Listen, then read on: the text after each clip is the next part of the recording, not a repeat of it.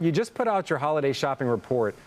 Let's get into the numbers, but I want to get to one thing that I thought was really fascinating. We actually made this chart. The fact that wage and salary growth is now outpacing inflation. What does that say to you about this upcoming holiday season?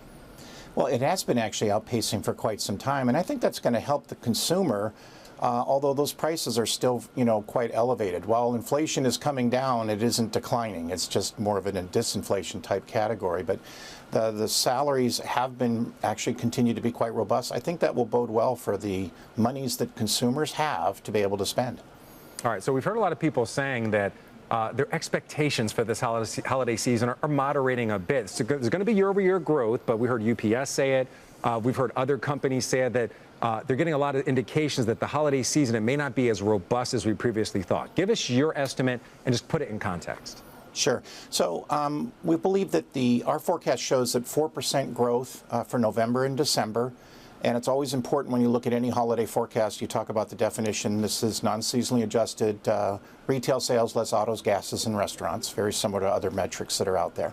So 4% this year, 3.9% last year.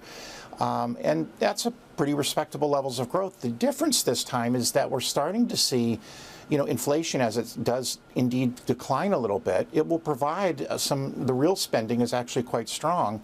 And we could actually see more people in terms of selling, going to the store, for example, more foot traffic to those that go into the stores. That's really interesting, Wayne. So you're saying more people go into the stores. Just in general, what does that mean? Do people buy more when they go in the stores, or they buy more online? I know I buy, and I say this all the time on the show, I buy like 3 of something, and I send back the 2 things that don't quite work, and I keep the one that does.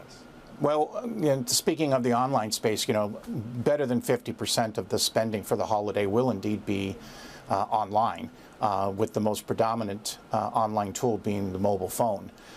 So that will be a big item. But when you look at the foot traffic that is likely to occur, because not everybody wants to shop online. I'm not really big about looking at an avatar of myself and dressing it and saying, damn, I look good.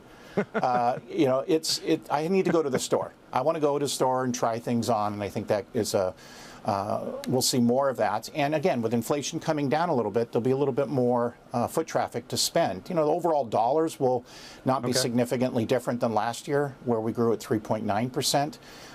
But with inflation coming down, there'll be more foot traffic, very likely. Wayne, what I'm hearing right now is that with those special mirrors they have in stores, you want to go to the store and say, man, I look good.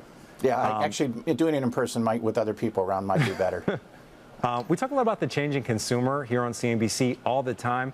You gave us a stat in this report I thought was really fascinating. We're almost out of time, but very quickly, just tell me what this means. So back in 1970, about 50 years ago or so, 33% of the population were children.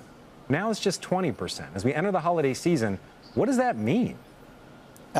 Well, it means that Santa's going to be not having to make as many stops because there's not as many children. And so I think there is some broad-reaching implications of that in terms of the gift buying that they'll be doing. But what will likely show up is the boomer parents, grandparents, and I'm certainly one of those, that will be buying more presents for their grandkids as opposed to their parents because they have the flexibility to be able to do so.